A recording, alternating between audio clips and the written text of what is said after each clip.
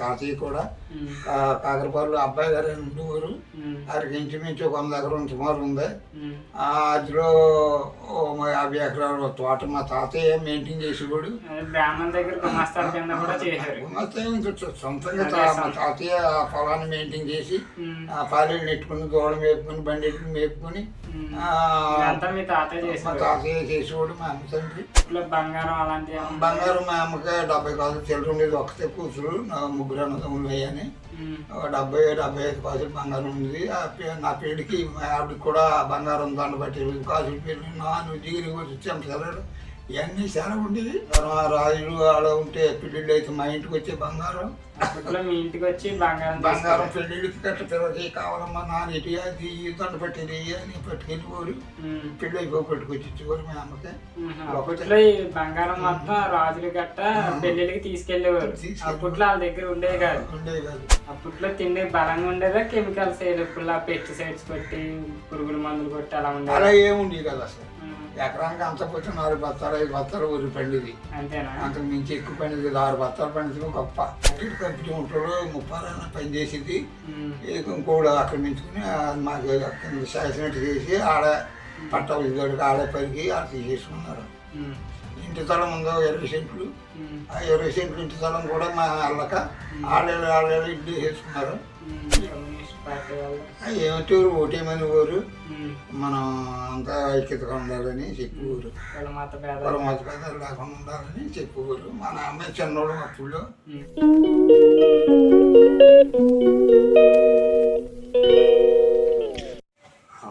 మండల సత్యనారాయణ గారు అని కుర్రెలగూడి వచ్చి కుర్రెలగూడి అని అలాగుంటా నాకు జాబ్ ఇప్పించండి. సూపర్పేటలో కాపరేట్ సూపర్పేట కట్టారు కదా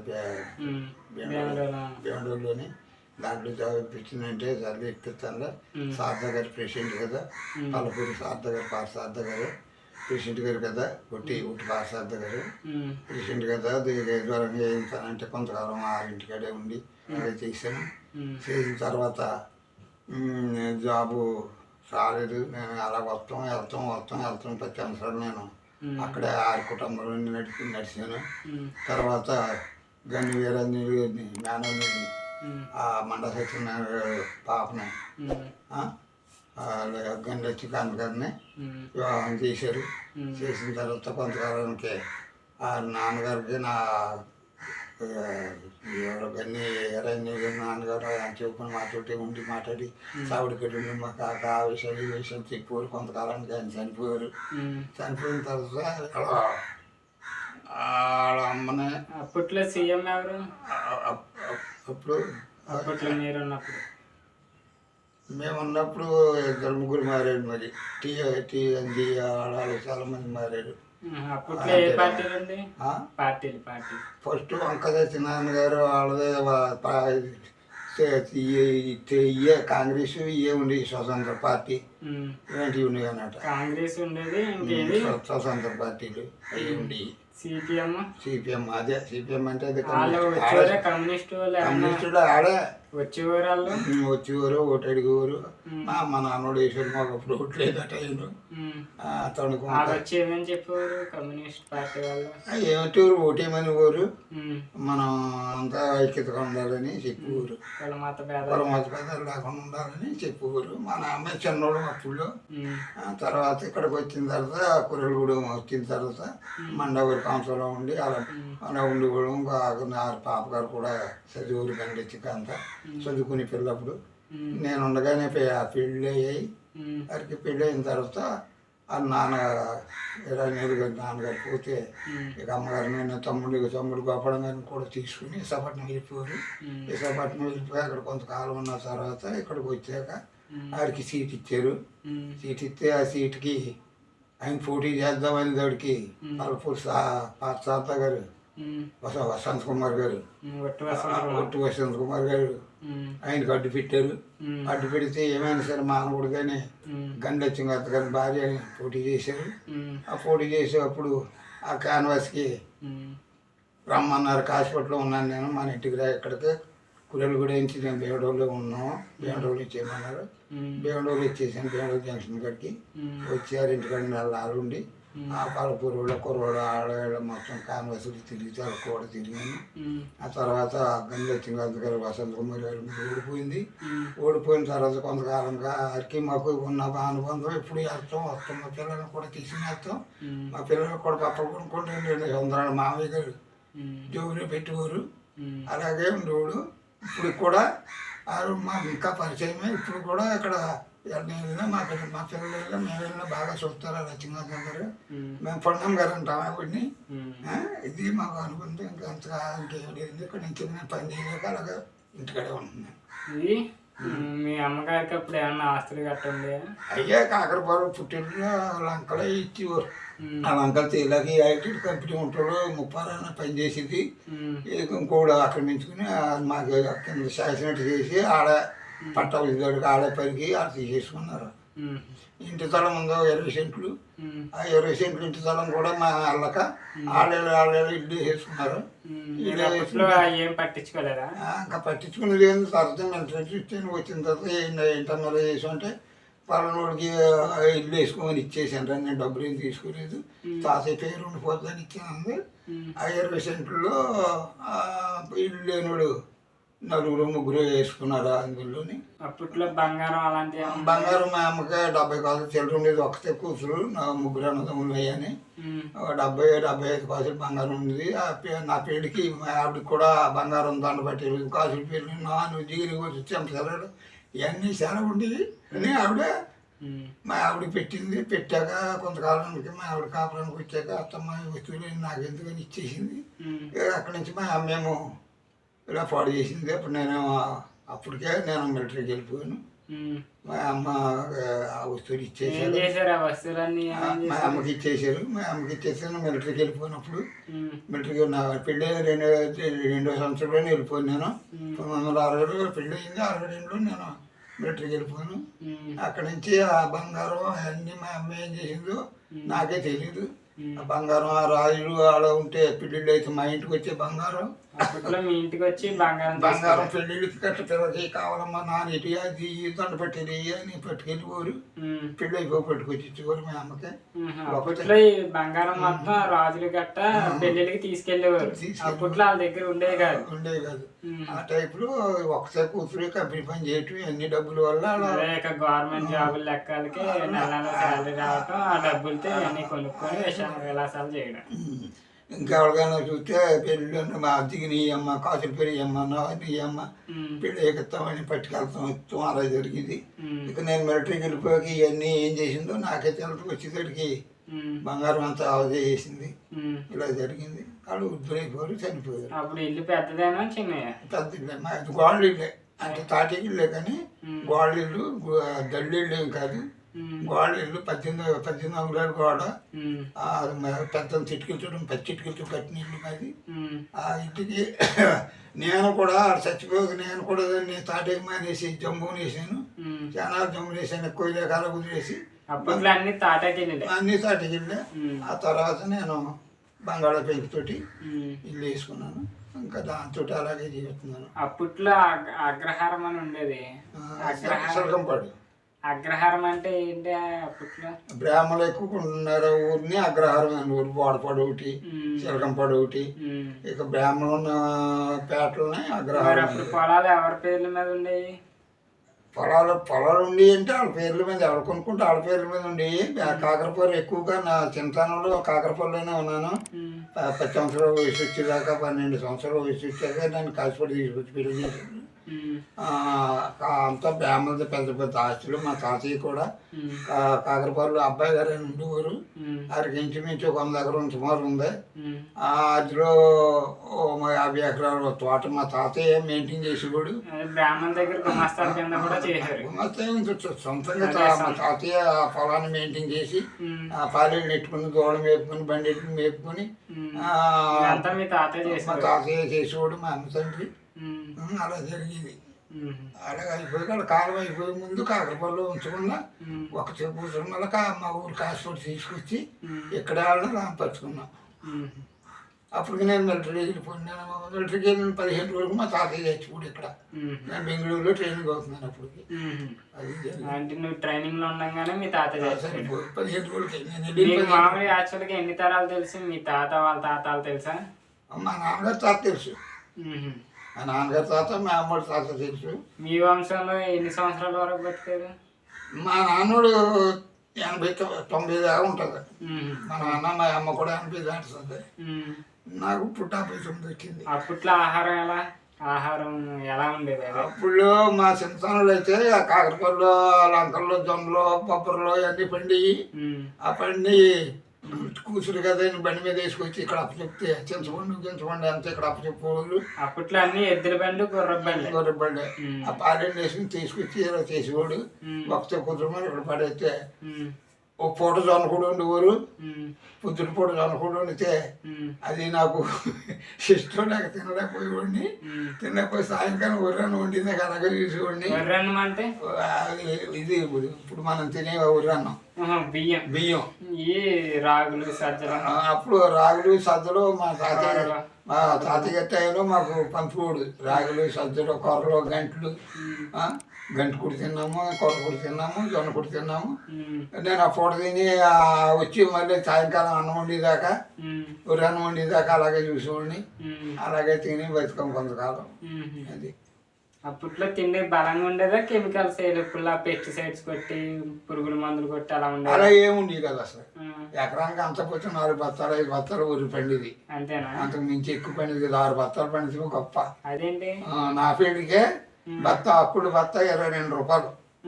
ఒక బస్తా వచ్చి 22 రూపాయలు. 75 కేజీల బస్తా 22 రూపాయలు నా ఫీల్డ్కే. మా అమ్మాయి 8 బస్తాలు కొంది. గోసాలలో ఇంట్లో కొట్లు వేసుకున్నాడు ఒక ఆయన అక్కడే చూసి మా మావయ్య గారి మాస్టర్ ఆయన ద్వారానే కొని ఇంటికి పెళ్లికి 8 బస్తాలు ఆడిచ్చి నా పెళ్లి చేసేది. అంటే అప్పుడు అంత తక్కువ పండి? తక్కువ అంతా. అప్పుడు ఈ మందులు కెమికల్ మందులు, ఎరువులు ఏం లేవు. పెంట మా ఇళ్ళకాడ పెంట ఉండేది. ఆ పెంట సంవత్సరాలకు ఒకసారి తోలి చేళ్ళు వేసుకుని అప్పట్లో పెంట మట్టే. పెంటలకంటూ స్థలం కొనుక్కునేవారు అంటే నిజమేనా? బాత్రూమ్ లేక అలాగే బాత్రూమ్ లేవు, ఏమీ లేవు. అలాగే ఎడారిలోకి వెళ్ళి కూర్చుంటాం మొత్తం ఇలా ఉండేది. పెంటలకు ప్రత్యేకించి స్థలాలు కొనుక్కుని అలాగా నడుచుకునేవారు. అలాగే అన్నం కూడా మిల్లులు ఉండేవి కాదు. ఈ నెంబర్ మిల్లు ఇలాంటివి లేవు అప్పుడు. మా ఊళ్ళో అప్పుడు మిల్లు కూడా లేదు. దంపుడు మిల్లు, దంపుడు గుంట చూసుకొని ఇంటి ముందర గుంట ఉండేది. ఆ 4 ఏళ్ళు వచ్చి ఆ గుంటలో ఆ ఒడ్లు దంచుకొని అవి చెరుక్కుని ఆ మెరుకలు తీసుకుని మళ్ళీ అన్నం అవి వండుకునేవారు. అదే ఇప్పుడు ఆ బొడ్లు వచ్చేవి దంచుకొని చిన్న చిన్న గింజలు అయ్యి అదే చెరుక్కొని అన్నం ఉండేవారు. తర్వాత ఆ అన్నం కూడా లేని పరిస్థితులు కొంతమంది గండ్ర నూకలు కొనుక్కు తెచ్చుకుని. గండ్ర నూకలు అంటే అయ్యేది ఆ ఊరన్నం బియ్యంలో అర్థం ముక్కలు ఉంటాయి. గండ్ర నూక అంటారు దాన్ని. అవి తెచ్చుకుని జావ కింద వేసుకుని తిని బతికిన రోజులు కూడా ఉన్నాయి. అలాగా అప్పట్లో అంత అలా ఉండేది. నా చిన్నతనంలో తింటా కూడు ఉండేది చాలా మందికి. ఎవరికో కానీ అంత కూడలేక ఈ జావలు కాసుకుంటాం, ఇవి కాసుకుంటాం. ఆ కాలువల్లో గరికొట్లు వేసుకునే చేపలు అమ్ముకుని. ఏం తెలియదు. గరికొట్లు వేసుకుని చేపలు అమ్ముకుని అవి అమ్ముకుని ఆ నూకలు దొరికితే నూకలు కాసుకుని తినేవారు. అలా ఉండేది. అందరి పరిస్థితి అలాగే ఉండేది. అందరూ అలా ఉండేవారు. ఎవరో ఉండేవారు కానీ పొలాలు ఉండేవారు. అర్జన్పేటలో పొలాలు ఉండేవాడు కూడా ఉండేవారు కానీ పంటలు లేవు. 4 బత్తాలు 5 బత్తాలు 3 బత్తాలు అన్నాలు వస్తే ఎకరం ఉన్నవాడు, ఎకరం 2 ఎకరాలు ఉన్నవాడు ఉన్నాడు అనుకో, ఆడికి మట్టుకి 4 బత్తాలు పండితే అన్నాలు వస్తాయి. అలాగనమాట. అలా ఉండేది అప్పుడు. అప్పుడు రోడ్లు లేవు, ఒక ఈది లైట్లు లేవు, ఏమీ లేవు. ఆ టైంలో మాకు 1964 దాకా మాకు హాస్పిటల్కి అసలు ఈది లైట్లే లేవు. కరెంట్ ఎప్పుడు వచ్చింది? అదే 64లో. మరి వీధి లైట్లు లేనప్పుడు అప్పుడు ఎలా ఉంది? వీధి లైట్లు లేనప్పుడు కిరసనాల బుడ్లు వెలిగించుకుని ఉండేవాడు. కిరసనాలు ఎలా వచ్చేది మీకు? కిరసనాలు ఇచ్చేవారు. కిరసనాలు కోట మీద ఇచ్చేవారు. రేషన్ వచ్చేదా? కోట మీద ఇచ్చేవారు. ఆ చిన్నసానంలో సీట్లు ఇచ్చేవారు. అవి వెళ్తే 2 లీటర్లు 3 లీటర్లు అలా వేసేవారు. అవి బుడ్లు వెలిగించుకునేవాడు. మరి అప్పుడు దొంగలు పెడతా ఉండేవి కదా? దొంగలు పెడతా తక్కువ. అప్పుడు ఏం దొంగది ఏం ఎత్తుకెళ్తారని దొక్కుతారు ఎవడ ఏమీ లేదు. ఏమన్నాయని దొక్కుతారు. గుడిసెలు పూరు గుడిసెల్లోని ఎవడికి పెంకిటీలు ఉండేది, ఎవడికన్నా 4 ఎకరాలు 10 ఎకరాలు పొలం ఉండకూడదు తప్ప అర్జున్పేటలో ఒకే ఒకడికి ఉండేది. ఒక 10 ఎకరాలు 15 ఎకరాలు ఆడదే పెద్ద ఇల్లు, ఆడదే పెంకిటీలు ఉన్నాయన్నీ తాటిగిళ్ళే. అలాగ బతుకువాడు. ఇప్పుడు గవర్నమెంట్ వచ్చే 1964లో మాకు కలిదండి నీలం గారు అని ఆయన కాలం చేశారు. ఇప్పుడు ఆయనే మా ఊరికి పెద్ద దీన్ని 200-300 ఎకరం ఉండేది. ఇప్పుడు కాశీవాడలో కూడా ఇంకా ఇంచుమించు 60-70-80 ఎకరం ఉంది. కానీ ఆయన కాలం చేశారు. కొడుకు గారు ఉన్నారు, ఆయన మాకు ఏం చేశారు. కానీ వాళ్ళ నాన్నగారి మట్టుకి 1964లో తాడేపల్లిగూడెం అల్లూరు కృష్ణారావు గారు ఎమ్మెల్యే టైంలో ఆరికి తెప్పించుకున్న స్తంభాలు కూడా కాశీపాడు తెప్పించేసి విలేజ్లో వేయించి లైటింగ్ కరెంట్ రప్పించారు ఆయన. అప్పట్లో టీవీలు ఎవరి దగ్గర ఉండే కరెంట్? అసలు టీవీలు అప్పుడు టీవీలు తర్వాత పంచాయతీ టీవీ కొనుక్కొచ్చారు. తర్వాత మా పిల్లలు ఏమన్నీ గొడవలు అయిపోయాక అక్కడి నుంచి కేవలం పంచాయతీ రేడియోలని ఇచ్చేవారు. రాజమండ్రి రోడ్డు ద్వారా వచ్చి పంచాయతీ రేడియోలు మట్టుకు వెళ్ళి ఇచ్చేవారు. ఆ సాయంకాలం మేము అందరం ఆ పెద్ద ఈదులోకి వెళ్ళి రాయల ఈదులు మా పేటలో ఉండేవి కాదు, రాయల ఈదులోకి వెళ్ళి పెట్టుకుంటే కొన్నాళ్ళకే మాకు అరిజన్పేటలోకి రామాలయంలో పెట్టుకుని ఆడకు కూడా గవర్నమెంట్ ద్వారా పంచాయతీ రేడియో ఇచ్చారు. అది ఎవడో ఒక మనిషి మెయింటైన్ చేసి ఆ రేడియో సందాల మొదలు అయితే కొంతమంది ఇలా కూర్చుని ఆ మాటలు వినేవారు. అలా జరిగింది. అప్పట్లో న్యూస్ పేపర్లు ఏమీ లేవు. న్యూస్ పేపర్ లేదు, ఓన్లీ రేడియో. రేడియో. ఆ రేడియో అయినా సాయంకాలం మాటలు పనికి వెళ్ళి వచ్చి సాయంకాలం మాటలు ఎవరో మనిషి వేసేవాడు, తెలిసినోడు. ఆ రేడియో తెలిసినోడు తప్ప 2 ఊదులతో కూడా తెలిసింది కాదు. అలాగనమాట. తర్వాత నేను మిలిటరీకి వెళ్ళి ఫస్ట్ ఇయర్లో వచ్చిన తర్వాత నేను ఢిల్లీ నుంచి 4 బెండ్లు రేడియో ఒకటి తెచ్చాను. కాశీపాడు. అప్పుడు పంచాయతీ రేడియోలు కూడా రాలేదు. రాలేదు. నేను ఢిల్లీ నుంచి 63లో అప్పుడు తెచ్చి నేను ఆడుతుంటే నా ఇంటి చుట్టూ వచ్చేసేవారు జనం కుర్రోళ్ళు. బలి ఆడుతున్నారు, ఊరందరూ వచ్చేసేవారు. ఊళ్ళో వాళ్ళు కూడా ఊరేళ్ళు ఇంటికాడ ఏదో ఆడుతున్నారా ఇంటికాడ పెట్టుకుని దానికి ఏరియాలు కూడా ఉండేది. బంతి యాంటీన్ ఉండేది. ఆ యాంటీన్ కట్టేసి జల్లీలో ఉండేది, దాన్ని కట్టేసి దాని ద్వారా పాటలు అన్నీ జోడ ఛానల్ అన్నీ వచ్చి అది ఫస్ట్ కాశీపాడుకి మొట్టమొదటి రేడియో తెచ్చింది నేను ఒక్కడే మొత్తం విలేజ్కి. సైకిల్ ఎప్పుడు ఉండరావాలనే భోగిలో బాపయ్య గారి దగ్గరకు వస్తా చేస్తా. అప్పుడు నాకు అక్కడ వచ్చి ఓ సైకిల్ తెచ్చుకున్నాను. ఆ సైకిల్ కొన్నాళ్ళు అలాగే మేము చేసి సైకిల్ దాదాపు అవుద్ది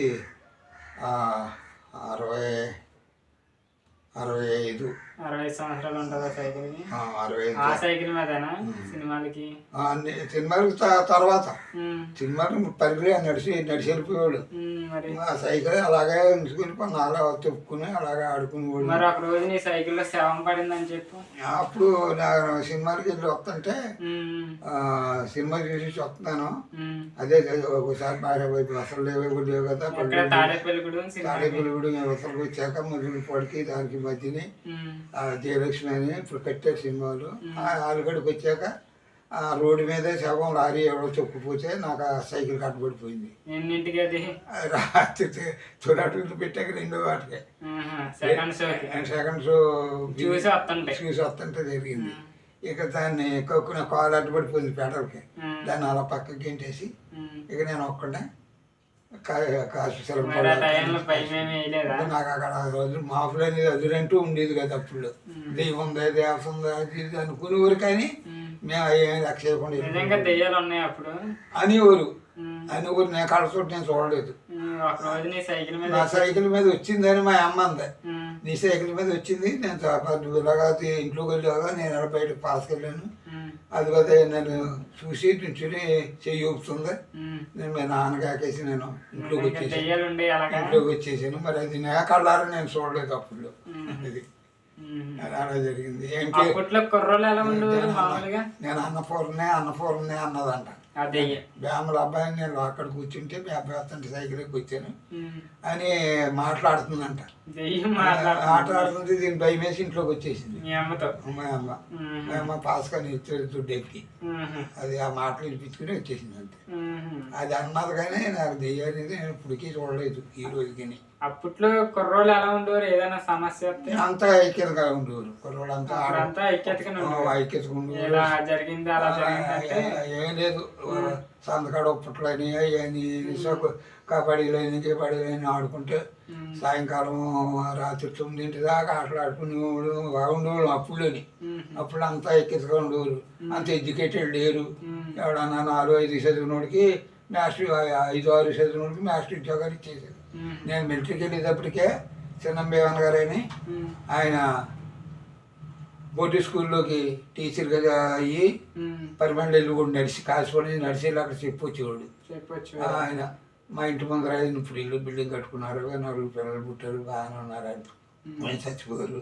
ఆ తర్వాత ఆయన చూశాక నేను ఎప్పుడైతే వెళ్ళారు అప్పుడు నేను చిన్నోడిని. ఆ చిన్న వయసులోనే 1962లో సినిమాతో వెళ్ళినట్టు వెళ్ళి అక్కడి నుంచి అలా బెంగళూరు తీసుకుని నన్ను అప్పుడు ట్రైనింగ్ అయ్యాను. నాకు అప్పుడు వెళ్ళాక 55 రూపాయలు మాకు బేసిక్ పే అప్పుడులో. 55 శాలరీ అప్పుడు. ఫుడ్ అన్నీ ఆడియా, బట్టలు గెట్టలు మొత్తం సంవత్సరం అన్నీ ఆడియా అరగుండేది. ఆ తర్వాత అప్పుడు టీచర్కి ఇప్పుడు నాకన్నా ముందు టీచర్ చేశాడని చూడు బేన్ గారు, ఆయనకి 35 రూపాయలు టీచర్కి. ఇక్కడ ఏమి తిండి లేదు గిండి లేదు, అలాగే వెళ్తాం, నడిచి వస్తాం. అలాగే తర్వాత ఒక సైకిల్ కొనుక్కుని రాయపడి వచ్చాక రాయపడిలో చేశాడు. అలాగే కొంతకాలం చేసి అలాగే 2 ఎకరాల పొలం కొని 4 పిల్లలు కానీ అలా ఉన్నాక చచ్చిపోరు ఆయన. అది ఆ టైంలో మేము ఉద్యోగంలోకి వెళ్ళింది. ఇది మూర్తిరాజు గారు అప్పట్లో స్కూల్ మూర్తిరాజు గారు కన్నడ స్కూల్ అని పెట్టారు కాసిపేటలో.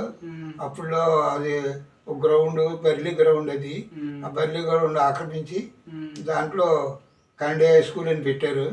ఆ కన్నడ స్కూల్ పెట్టాక మా ఊరు రాజుల కుర్రోడికి మా అర్జెంట్పేటలో క్రాఫ్ట్ మెయిన్ కింద చప్పటి దొరకని ఆయనకి సాగర సత్యం గారు ఆయన్ని వాచ్మెన్ కింద వాటి కింద పురమాయించి పెట్టారు. అలా కొంతకాలం తర్వాత మా ఊళ్ళో జిల్లా పరిషత్ హై స్కూల్గా ఆయనే పురమాయించి కట్టారు. 1 ఎకరం పొలం విరాళంగా ఇచ్చారు. తెలుసు ఆయన పొలంలో హై స్కూల్ కట్టించారు, మూర్తి గారే కట్టించారు. ఆ తర్వాత ఆయన మొత్తం ఎక్కడైతే 64 స్కూళ్ళు స్థాపించారు. దాదాపు చంద్రపాటి బాబురాజు గారు అబ్బాయి మూర్తి గారు 64 స్కూళ్ళు కట్టించారు. ఇందిరాగాంధీ వచ్చిందంట టైం అక్కడికి వచ్చారు. ఎక్కడికి? తాడేపల్లిగూడెం వచ్చింది. తాడేపల్లిగూడెం పడాల గ్రౌండ్ అని ఆ గ్రౌండ్ పక్కనే గ్రౌండ్ లో పెట్టారు. అప్పుడు వచ్చింది. మేము కూడా వెళ్ళాం చూస్తాకే ఆ టైంలో. అప్పుడు పొలిటికల్ గా సిపిఎం సపోర్ట్ చేసేవారా, కాంగ్రెస్ సపోర్ట్ చేసేవారా? కాంగ్రెస్ కి ఎక్కువ ఉండేవారు అప్పుడు. కాంగ్రెస్ కి అందుకే ఇంద్రమ్మ వచ్చింది. అప్పుడు మూర్తిరావు గారు మూర్తిరావు గారిని చంద్రపడి మూర్తిరావు గారిని ఆయన ఎమ్మెల్యేగా నిలబడ్డారు. ఆయనే అక్కడ మీటింగ్ పెట్టించారు. దానికి ఇంద్రమ్మ గారు మీరుగా అక్కడి నుంచి హెలికాప్టర్ మీద వస్తుంది అనుకుంటే హెలికాప్టర్ మీద రాలేదు. నరసాపురం నుంచి జీప్ మీద వచ్చేసింది. వచ్చేసి స్టేజ్ ఎక్కింది. మేము చూసాం. తోపులాట ఎక్కువైంది. పుంతలు పడ్డారు. అది గుర్తులేదు అప్పుడు నాకు, అది గుర్తులేదు. అప్పుడు మూర్తిరావు గారు ఏమది మూర్తిరావు గారు ఎమ్మెల్యే చేసిన టైం అది, పచ్చపరం మూర్తిరావు గారు. ఆ తర్వాత ఆయన నెహ్రూ గారిని కూడా రప్పించారంట. అప్పుడు చిన్నవాడు మేము నాసుకుంట దగ్గర స్తూపం కూడా కట్టించారు. స్తూపం ఉంది.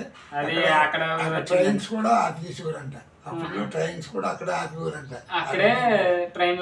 ఆపేవారంట. అక్కడే సర్వోదయం కట్టించారు ఆయన. అది మాకు తెలిసి వరకు. అప్పుడు మేము చిన్నవాళ్ళు. మీ చిన్నప్పుడు బ్రిటిష్ వాళ్ళు ఉన్నారు, వెళ్ళిపోయారు మొత్తానికి. ఇప్పటికి అప్పటికి నువ్వు పుట్టినప్పుడు? నేను 1946లో పుట్టినా. జనవరి 1 అంటే 47 స్వాతంత్రం వచ్చేసింది. జనవరి 1వ తారీఖు 1వ నెల 1946లో పుట్టావు. నా డేట్ ఆఫ్ బర్త్. అంటే స్వాతంత్రం రాకముందు సంవత్సరం ముందు పుట్టావు. మ్యారేజ్. మరి నీకు ఎవరు పెట్టారు ఈ పేరు? ఎవరు నీ పేరేంటి? మా అమ్మ నాన్న పెట్టారు జార్జ్ చక్రవర్తి అని పెట్టారు. ఆ రోజు జార్జ్ చక్రవర్తి పరిపాలించారట అప్పుడు. బ్రిటిష్ పరిపాలనలో ఆ రోజు జార్జ్ చక్రవర్తి రూపాయి నాణ్యాలు కూడా 8 రూపాయలు 8 రూపాయల మీద ఆయన బొమ్మ కూడా ఉండేది. నాకు చాలా మట్టుగా దాచుకుని ఉండి 8 రూపాయలు తీసుకుని అదనమాట ఆ రోజు చక్రవర్తి. ఆ రోజు చక్రవర్తి పరిపాలించేటప్పుడు నేను పుట్టావు కాబట్టి ఆ పేరు నీకు పెట్టారు. అది అలాగనేది మా అమ్మ. ఆ చక్రవర్తి గారి పేరు నేను పెట్టాను అనేది. ఆ రోజే చక్రవర్తి అంటే ఆయన. అది అలా జరిగింది. మరి నీ మిలిటరీలో వచ్చిన డబ్బా అంతా ఏం చేస్తావు? నాకు మిలిటరీలో వచ్చినప్పుడు ఏముండేది ఏం ఖర్చులు అలాగే పంపేసి వాళ్ళ ఫ్రెండ్స్కి వాళ్ళకి పెట్టేసిపోండి. ఒక్కనే కదా మా అమ్మ నాన్న అసలు డబ్బులు అడిగోరు కాదు. అలా కొంతకాలం చేసాం.